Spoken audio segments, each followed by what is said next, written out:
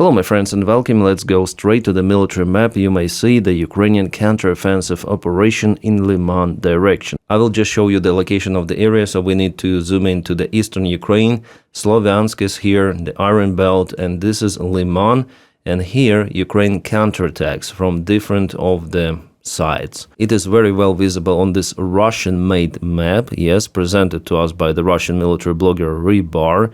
But if they say about the Ukrainian offensive operations, it means that those are definitely happening. Well, actually, not a long time ago, Russians had an advantage in this area. They even went to Leman town itself. But later on, Ukraine started the counteroffensive, and Russian forces were kicked out from the settlement. Moreover, Ukraine now strikes from two of the directions towards Novoselyovka and Shchedrigolova.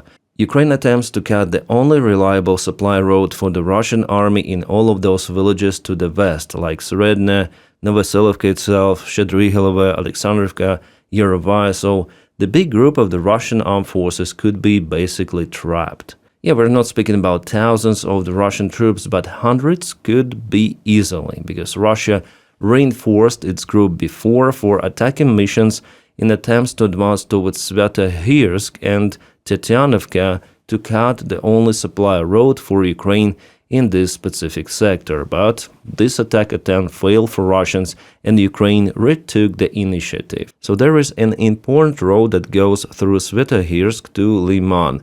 And because Russian forces were pushed out of it a little bit, Ukraine managed to supply the forces, the group in Leman itself, and that's how Ukraine managed to go to this counteroffensive operation, and also the part of the forces were delivered via Ozerna from the southern part. Also, Russians are saying about the Ukrainian attack attempts towards Stavki and Zelena Dolina in the northern groups. So not just Shchedrigolova, but extra vectors of attack, so it's double claws we have here. This move is done like that to disturb the Russian supplies on the way. And some of the Russian infantry groups, they go to Zelena Dolina, they go to Stavki, they accumulate their forces, so later on they move to Shchedrigolova and all of those villages nearby with infiltration attacks. But Ukraine, attacking those two main hubs for the Russian infantry, basically annihilating their supplies on the way, making the resistance in Shchedrigolova itself very difficult for Russian army. And we are waiting for some of the great news, I would say.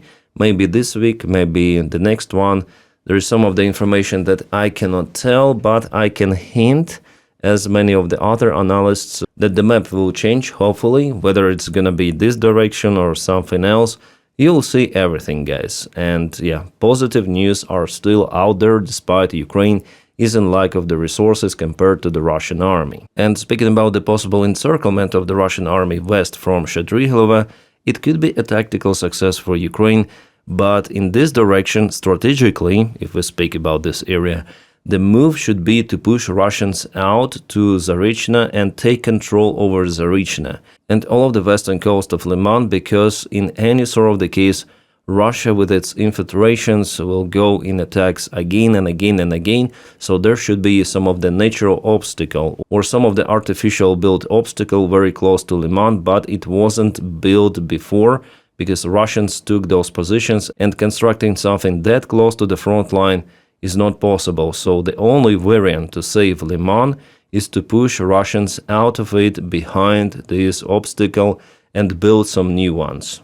This is the way. In any sort of the other case, Russia will go again and again until they little by little exhaust Ukrainian defense and go to Leman, especially if Russia announces, or maybe not even announce, but will make a new mobilization. Yeah, it seems like I put the grain of salt here in this successful Ukrainian move, but I'm just telling you how it should be. Like, the perfect variant is to push Russians out to avoid their new infiltration attempts. Yeah, as you probably know, I don't usually support Ukrainian offensive operations because they bring more losses for Ukraine. But Leman is one of those few directions where Ukraine counteroffensive operation might help later on to prevent more losses. And yeah, of course, it's up to Ukrainian command to decide. We don't know lots of the information, what is actually happening on the ground. And my friends, a short reminder, smash the like to this video just right now while you're watching it and subscribe to the channel. Both of two actions are for free And by doing those, you are helping this channel a lot. Guys, you are just amazing. So do it right now, because it's illegal to watch me without subscribing or liking the video. Let's continue. Alright, and now let's check out the same area from the Majakovsk 3 analyst. The picture is a little bit different compared to the Russian military maps. Nevertheless, the situation for the Russian army is after all not that great in this specific spot. As you might see, Ukraine has some of the losses in this area because of the offensive operations. That's sad, of course, but every sort of the attack brings more losses. Yeah, I would even say that the Russian military bloggers, they're even more pessimistic about the situation for them in Leman. Also in the comments, they're saying that Ukraine has sent more of the reinforcements via this road that goes from Svetohirsk, as I told you, Yarova. So supply line is being opened by Ukrainian army, and also in the southern part to Dibrova there was a small Ukrainian counteroffensive. But at the same time, south from Lyman, Russia has an advantage. General Commander Drapati has already dismissed the main general who was in charge of the defense operation of the Iron Belt, Kramatorsk and Slavyansk. I think it happened after Russians' breakthrough from Siversk. Siversk was occupied maybe half a year ago, and you see Russia moved quite substantially from Siversk, getting more of the territories, and they're already very close to those main settlements, Slavyansk and Kramatorsk. They're striking Ukrainian positions with the drones and aviation gliding bombs. Honestly, guys, here in this direction, I don't see how Ukraine potentially might take initiative. Alright, Constantinfka direction, Russian forces were spotted near Asikova, very close to Alexeyevka-Drushkivka. By the way, Putin himself personally stated that Russian forces already went to Alexeyevka-Drushkivka, well, Drushkivka, he said. No, it's not like that. Nevertheless, this movement of the Russian army was confirmed. Also, they went with a flag operation towards Mykolaiv. Yeah, one settlement in the middle of nowhere. So how Russians potentially might attack from this direction, it's hard to say. Even delivering the new reinforcements here is very difficult. They're under the constant drone strikes. But Russia definitely moves in this left flank of Constantinfka. We also have the same confirmation from the deep state military map source, so Russian forces' advancement was confirmed.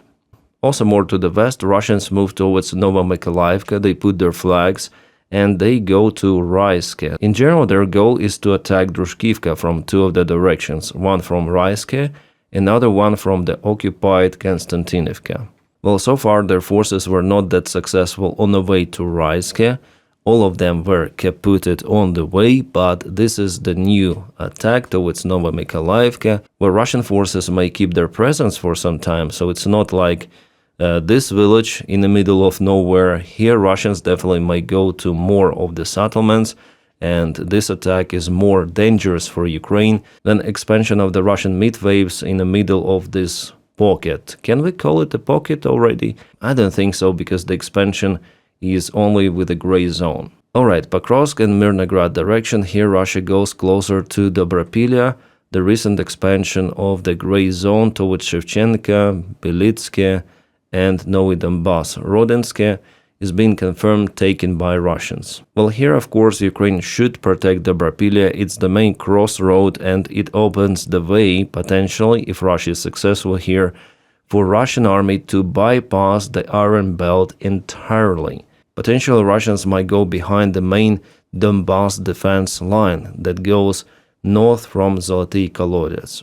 Well, Ukraine has the first Azov Corps operating in this place, and you know, the Syrsky's favorite brigade Skela, it was reformed, and the great part of the soldiers will go and reinforce the first Azov Corps. So Skela will still be, well, no, it's not a brigade, it's a regiment, but it will be shrink down, I guess, to brigade. So we see some of the good changes in Ukrainian army with General Commander Drapati. But of course, he is not a god, he is just a very competent commander. He alone cannot resolve all of the issues in Ukrainian army, but he tries. He tries to change the system, but to change it, you need to break it apart. And the system continues to resist. I hope that Drapati will manage to apply army reforms, but It's not possible without deep cooperation with Defense Ministry of Ukraine. Well, we'll see if the new Defense Minister Hmara is tuned for those reforms. And unfortunately, guys, if Russia mobilizes maybe 500,000 soldiers, they'll take Iron Belt.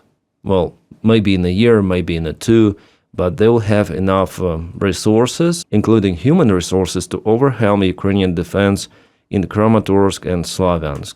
Alright, Russians on their maps are also telling about their advancements from Ghulyai-Pole, but at the same time, they themselves confirm the imprisonment of their own soldiers by Ukrainian army. Well, this is the only Russian military blogger, Rybar, who sometimes shares the actual information. Well, his military maps are also not up to date. For example, he draws Constantinfka fully into the red zone after Putin had announced the occupation of Constantinfka, which is not truth, because Ukrainian infantry sometimes goes there, there is the presence of Ukrainian armed soldiers, so he follows this propaganda, but sometimes he tells the things as they are. For example, imprisonment. Definitely, Russians went in the infiltration attack and they were captured by Ukrainian forces. It happened not that far away from Ghulyai-Pole, where Russia also has an advantage.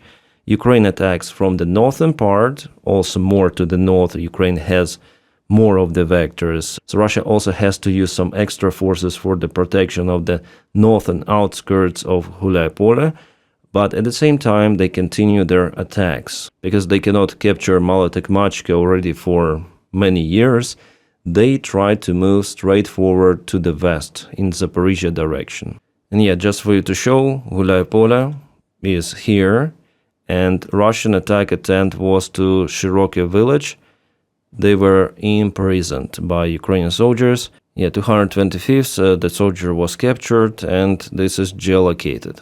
This spring, Ukraine tried to push Russians out closer to Ghulyai-Pole, but it didn't work that good as Ukrainian counterattack from the northern part.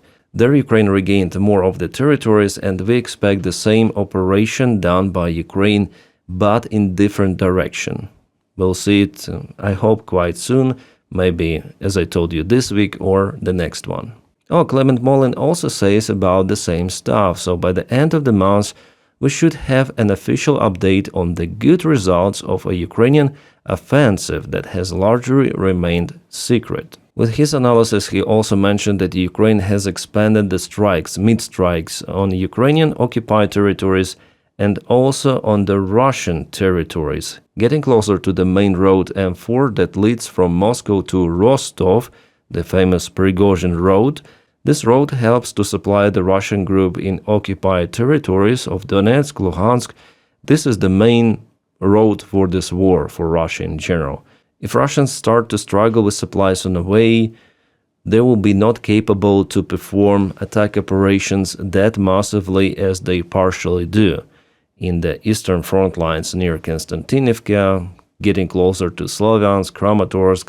So this is the main, should be the main point for Ukraine, speaking about strategy of this. So the road M4 that goes kind of close to Ukrainian border. Just for you to show you on deep state military map, so it goes over here.